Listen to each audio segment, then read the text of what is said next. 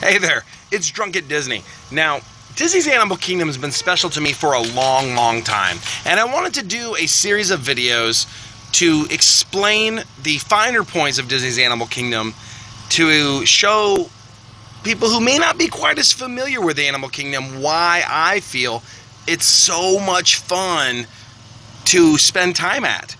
So this first one's about the entrance, the Oasis, and Discovery Island. It's that first entrance to Disney's Animal Kingdom.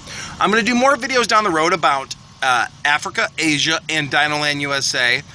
But this one's that first glimpse inside Disney's Animal Kingdom, that first experience you have. So enjoy this video. If you enjoy it, please subscribe, and we'll do more explaining the entire park as we continue. So cheers, and let's have some fun at Disney's Animal Kingdom.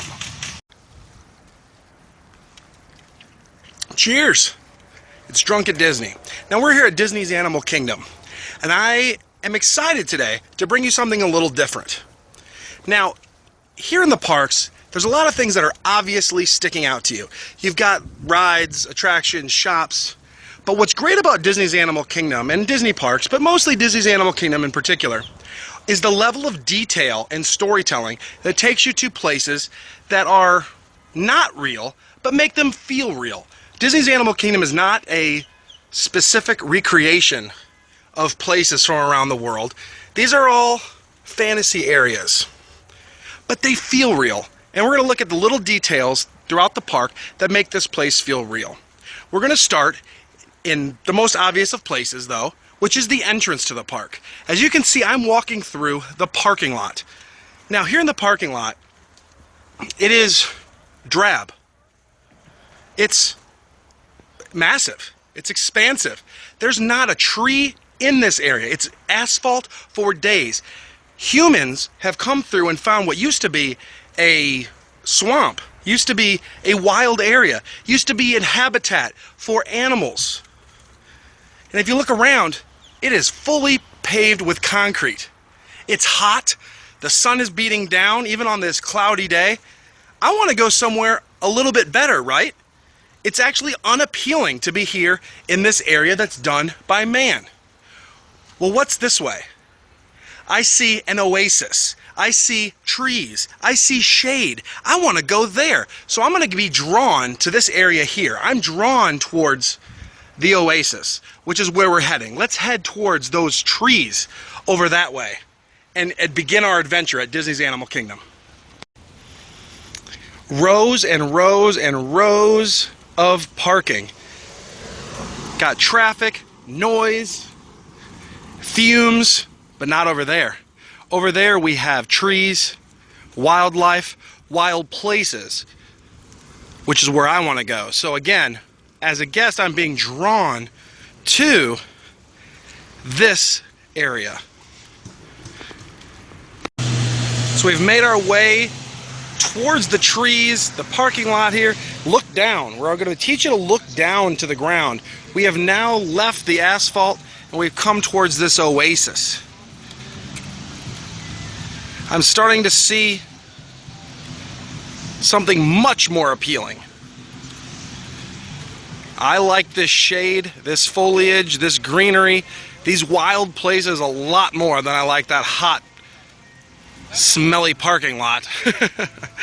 So let's continue our adventure towards the beautiful, lush Disney's Animal Kingdom. Alright, so we made our way inside towards the entrance of the park. Now you chill out. You've come out from that hot, exhaust-filled area. Now we're into the entrance. Look around. It looks a little bit like a smaller botanical garden. This is not a big, expansive theme park look. Even though this is the newest park, it's by far the smallest entrance. And you're going to notice that here, that it feels like you're going into a smaller botanical garden. So we're going to make our way through these gates into this wild area. So follow along. You walk straight into the dedication plaque, which is by Michael Eisner. Disney's Animal Kingdom, Kingdom of Animals, Real, Ancient, and Imagined. And all three of those you're going to find here in the park. Real animals, ancient animals, and imagined. They list lions, dinosaurs, and dragons. Well, we're getting there. We got pretty much all those. And Yetis! So let's go find some more.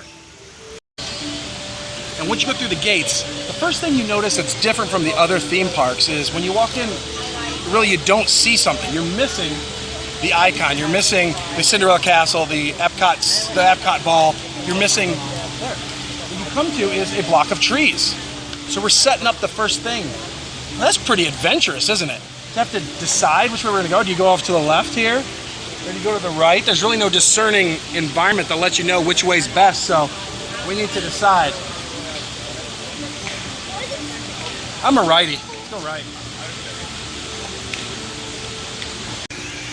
Now the first thing as you're walking through, I'm going to say this in every land as we go through, you always look down. The ground here at Disney's Animal Kingdom is going to give you some clues as to what's going on. Here, you don't see any signs of human life. What you see are rocks, you see leaf imprints. I mean, this Tervis tumbler is mine, but that's just because I brought it. But you look around, you see animal tracks, you see signs of nature. And that's because we're in the Oasis, an area created by nature, not by humans. The places we're going to see as we walk through the park are going to be created by humans and are going to look a lot different. So as we come through here, we're going to see wild places, wild animals like the Babirusa.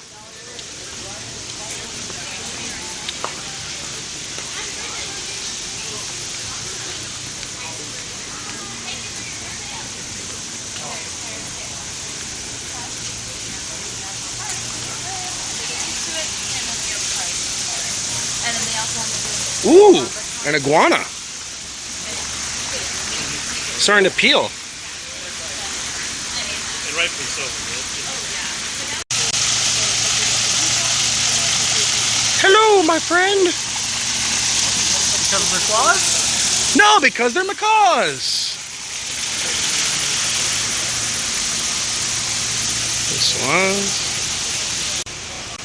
So much adventure going on here in the Oasis. Woo! What was that joke you just said, Joe? Because of their claws? No, because they're macaws! I always like to take Venturous Way through the Oasis. Woo! We barely made it. But what happens as you come towards this opening? It's cut off through all this rock work. You're going to get the big reveal of the Oasis, which is the ultimate sign of wildlife and wild places, the Tree of Life. Oh.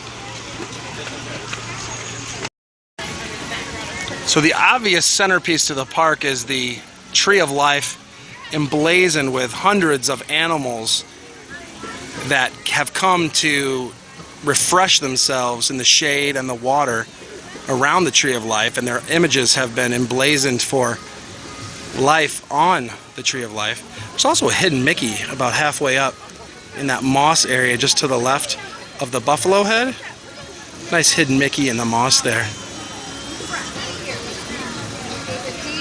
Which leads us here into Discovery Island, an area where the villagers do live hand in hand with nature. The buildings, they don't overpower nature. They're not towering stories tall. These people have found a way to live with nature. I mean, there are animals on this island that we'll see as we walk around that live here in harmony with the humans. That's not going to be a lot of what we see as we move to Asia, Africa, or Dinoland USA, but here, the people have learned how to live with nature. As part of loving nature, the people of Discovery Island have put odes to their favorite animals all over. So if you look around, you see the turtles, you see giraffes up here, in the architecture, snakes, more animals, zebras way up high. But my favorite is over here. Flame Tree Barbecue. It's got my favorite themed story. And it's right here just at this restaurant. And it's going to make a whole lot of sense the more you take a look at it. So the theme here while you're inside Flame Tree Barbecue, of course, you're going to sit there and you're going to be the predator with your rack of ribs or your chicken or whatever you're going to get. Take a look at all the theming of the art. You've got the predator here on the bottom. This is one good example. And his prey that he's going after here right on top.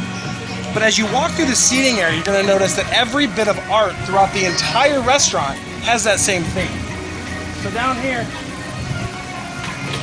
you've got, we'll walk around here to the this pavilion here. And each pavilion has its own set of predator-prey relationship animals. Like you've got the crocodile and the fish here in this area. Up there you've got the bird of prey and the snake. Heck, even here on the chairs, you've got the predators here on the chairs and the prey here on the table, just like you're about to do when you get your rack of ribs. Oh, there's another one. You got the owl and the rabbit. Another prey relationship. And my personal favorite, the anteater and the ants.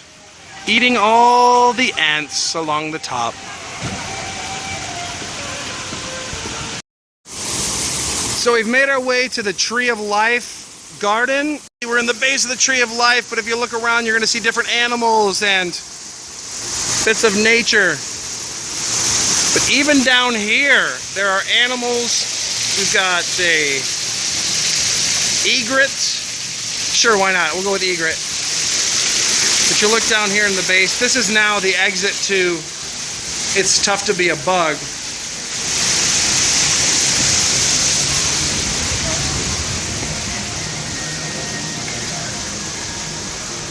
But down here you can see really what the sculptures are like.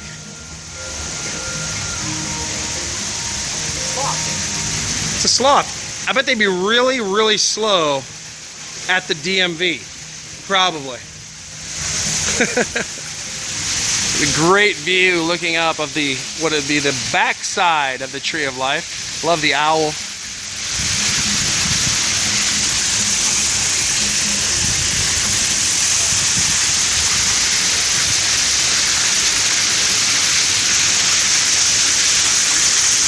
Such a great environment here inside Discovery Island around the Tree of Life.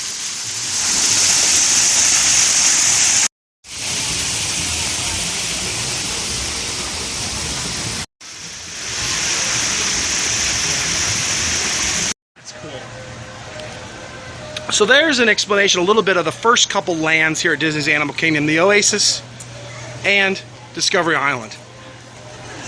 Coming up, we're going to have both Africa, Asia, and Dinoland USA looking beyond the obvious and into the details. So go ahead and subscribe, and let's look at some more Disney's Animal Kingdom.